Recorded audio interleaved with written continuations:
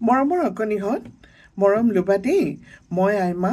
তোমালোকৰ সাধু ঘৰলৈ আহিছোঁ আৰু লগতে লৈ আহিছোঁ এটা ধুনীয়া পদ্য বহুত দিন তোমালোকক মই পদ্য মাতি শুনোৱা নাই মই আহিছোঁ বহুত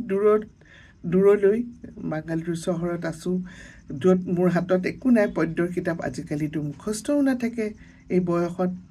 গতিকে মই এটা পুৰণি পদ্যকে আগতে এইটো পদ্য মই পঢ়িছোঁ মোৰ সাধু ঘৰত আৰু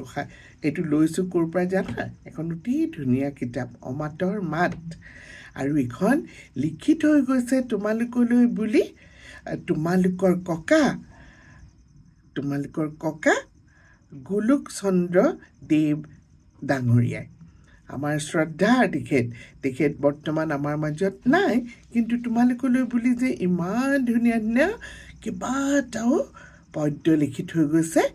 মই আগতে পঢ়িছোঁ তথাপিতো ভাবিলোঁ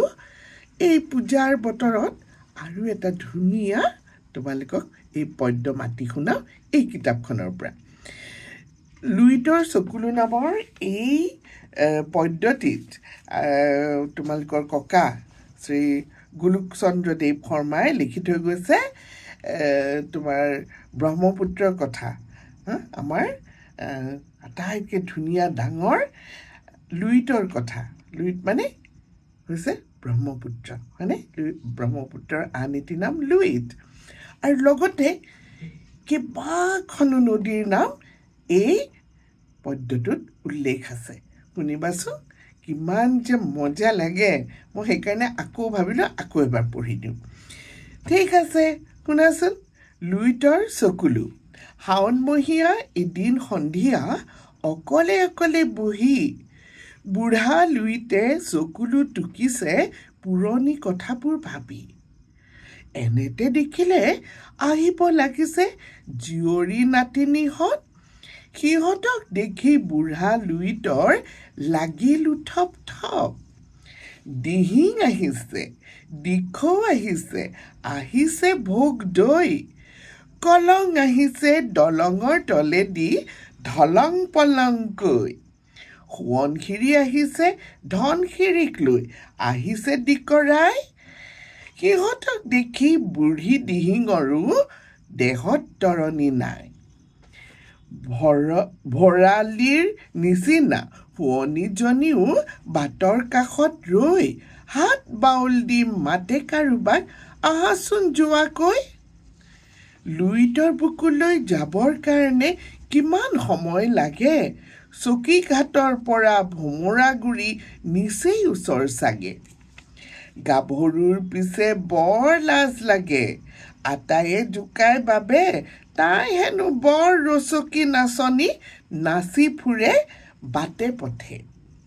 বৰ্ণই পিছে ডাঙৰেই নহয় গহীন গম্ভীৰ বাই ভনীয়েকহঁতক শাসন কৰিছে বাঘৰ চকুৰে চাই